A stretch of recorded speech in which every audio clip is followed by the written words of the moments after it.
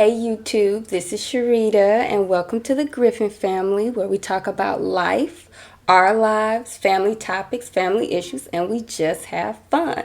So since you're part of the family now, don't forget to like, comment, and subscribe. And we're just going to go ahead and get started. Okay.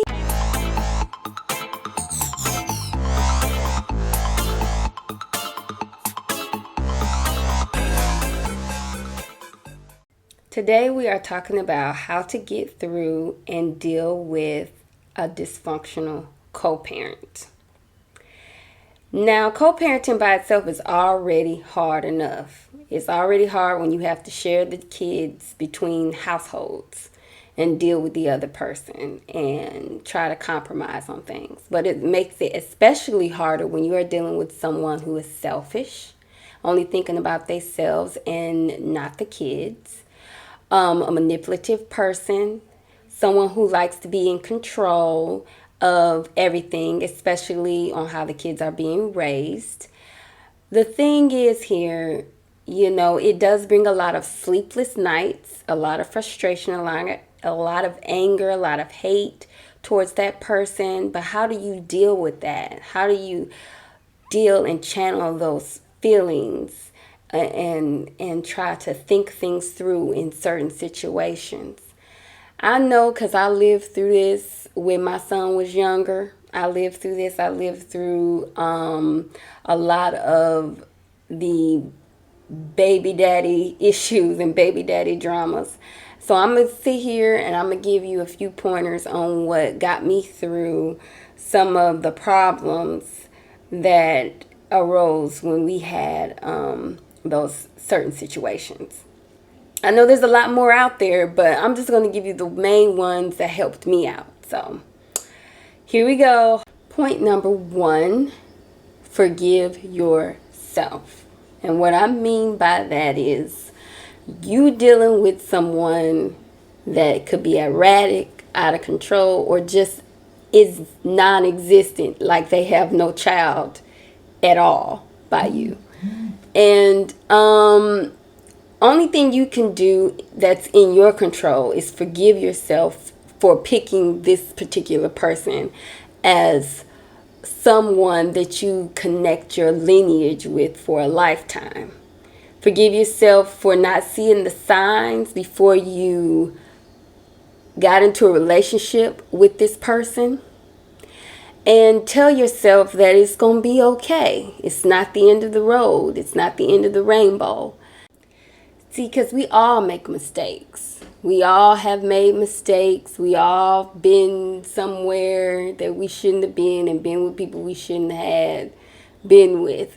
But when you get stuck in a situation like this, you have to take one thing from it, and that's learn from it. Learn from the person on what type of person to not pick next time by looking at their actions and how you got together the last time. So if you look at that and paid attention to it, then next time you go out here into the world and start dating, you will pay more attention to that person's actions, that person's character, and what type of person that person is. And then you determine if you want to move forward because you looked at the other person that you had a child with and say, I don't think I want to date somebody like that because they remind me of this person. So, that's what I mean by learn from it, forgive yourself, move on. That's the best you can do because everybody make mistakes. Everybody make mistakes, include me. Okay. Point number 2. Okay. This is one of the pointers that I had to live by and work with, which is everything doesn't deserve or need a response or your attention. Sometimes when we are dealing with ratchet behavior, people like to see us get out of our character, like to act out of our character, like to get us aroused, upworked, out of our comfort zone, and make our day worse. They like to just patronize us. And when we dealing with these type of people, we have to learn how to not be responsive. Everything doesn't deserve a response or need a response. Everything doesn't need our attention. Somebody has to be the adult, okay? Somebody has to be the adult. And it's a tragedy when you have both parents acting out as kids, name calling in front of the children, emasculating the mother emasculating the man in front of the kids, the woman calling the man out of his name, the man calling the woman out of her name, calling her everything in other than the Son of God, so you have to learn how to ignore verbal attacks. If you want healthy kids, you're going to have to learn how to be able to be calm, respond in a calmly manner, let them talk to themselves and argue with themselves and move on. Everything don't deserve a response or time or attention. You just have to learn how to be the bigger person and be stronger and think things through before you say anything, so your kids don't grow up and think that kind of behavior is normal. Not saying you need to ignore everything, because some stuff do need to be addressed. I can tell you a time. Let me tell you a time. So I remember his time with my son. He could have been 6 years old, and his father's married, and his wife decided to get my son baptized. Now, his wife is in a whole nother religion other than mine, and he decided to get my son baptized without my knowledge, consent, or permission. Now, my son only 6. How you gonna tell me that my son said he wanted to get baptized? A 6-year-old is either coerced into doing something that he ain't really don't know what the real full effect is, or you just feeding him stuff. And that was a struggle by itself, because I had to fight between the religion thing, because she trying to tell him certain things and undo certain things that I was teaching my son. So at that time, I had to be his voice. I had to speak up for him, and I had to fight. And certain things you will have to fight and speak up for and cannot be ignored is what I'm saying. So one more thing, I meant to mention this too. Even though I'm saying don't be non-responsive, you don't want to be a person that becomes a yes man or yes woman to everything, to ignore arguments. You do want to stick up for your child. Again, be protective of your child, because just because everything don't deserve a response doesn't mean that your job isn't there to protect them. Point number 3, okay? That is focus on the kids. It's quite simple, just focus on the kids. That's it. Some people don't know how to do that. Some people want to still pretend like y'all in relationships, and relationships no longer exist. And you can't do that if y'all not together. So don't sleep around. Don't do all the unnecessary things that confuses the whole co-parenting relationship. Okay?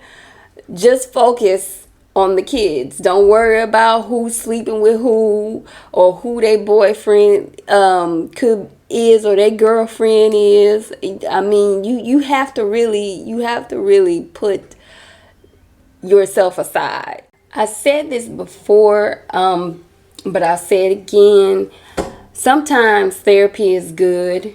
I think it's good for a parent and children to go to therapy. That way, your children can be able to express their thoughts and feelings, because sometimes they don't express it to neither parent. They don't express it to neither parent because both parents arguing and want the child to be on their side. So, if you want healthy, productive children, sometimes they probably need to go see a therapist, and you might need one too. You might not be aware of certain things or attributes that you have that is contributing to the foolery in the relationship, in your co-parenting relationship, is what I'm saying. So you might want to look into that. The crazy thing is, kids, children, they can go anywhere, either way in life. They can go good or they can go bad. But that all determines on us as parents, on the direction that we're willing to go with certain situations. So we have to be able to be more mindful in what we say and what we do and how we do things and how we are dealing with this particular co-parent. And you also have to think about this too. See, I tried to tell my baby daddy this before, a long time ago, but now he got to bear his own burdens. But the parents that aren't doing anything, that haven't been in their child's life and non-existent, or the over erratic parent, the parent that's out of control, throwing things, kicking things, slashing tires, just over the top, when it comes to not allowing you to be the parent that you strive to be or want to be or desire to be in your child's life. You have to understand that one day these kids are going to be adults. And they're going to remember every little thing that their parents have done. They're going to remember you either being there or not being there. And so those parents are going to have to bear the consequences of their actions. They're going to have to bear the consequences of what they did and what they haven't done. So, they're going to grow old and then they're going to want their child around. But whose fault is that? Whose fault is that if the child don't want to be around their father or their mother? Whose fault is that? They're going to have to bear their own consequences for their actions. So, in other words, you reap what you sow. So I guess that's the end of that right there. There are many other things that you can do to try to minimize the ratchet behavior and create peace in your world. But these are just a few for me that I used in order to get through the situations that I had to deal with. And let me give you one last advice. The only thing that you can do is control what happens on your end. You can only control what happens on your end of the aisle. That's why I say it's just best for you to focus on the child. Because our main purpose as parents is to be able to raise, to train, and to have healthy, productive children. We so focused on what somebody else did to us, what happened to us, what happened to this, that, and the other. Our main focus should be our kids. We shouldn't be focusing on who's doing what and what this other person is doing to us. If it get to a point where the person is not allowing us to see our kids, or now not allowing us to be productive parents because they're acting erratic and their behavior is out of control and they're doing crazy things and we in and out of court, then you need to take action. Make sure you do get you a good lawyer and go back to court. Do what you need to do to get that protection for your child. But the best thing that I can tell you to do in these kind of situations, because everybody's situation is different when it comes to co-parenting, is just be in control of what happens on your end of the aisle. Okay, enough said. Hey YouTube, thanks for making it this far. Since you've made it this far, don't forget, if you have not, like, comment, and subscribe. Okay, because you are part of the family now, so you got to hit that like button, and you also have to subscribe.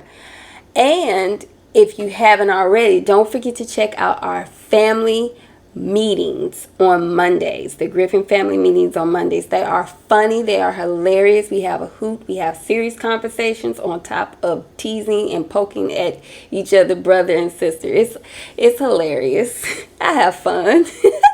But anyway, and don't forget to check out our other videos as well, our individual videos. My brother DeAndre, he has some cooking videos out, and if you haven't checked my videos out, I talk about relationships, careers, and being a single mom a lot. So you can check out me talking. And my other brothers, they're putting videos out too, but you just gotta be patient with them. Anyway, I will talk to you guys later, and I'll see you later, fam. Bye.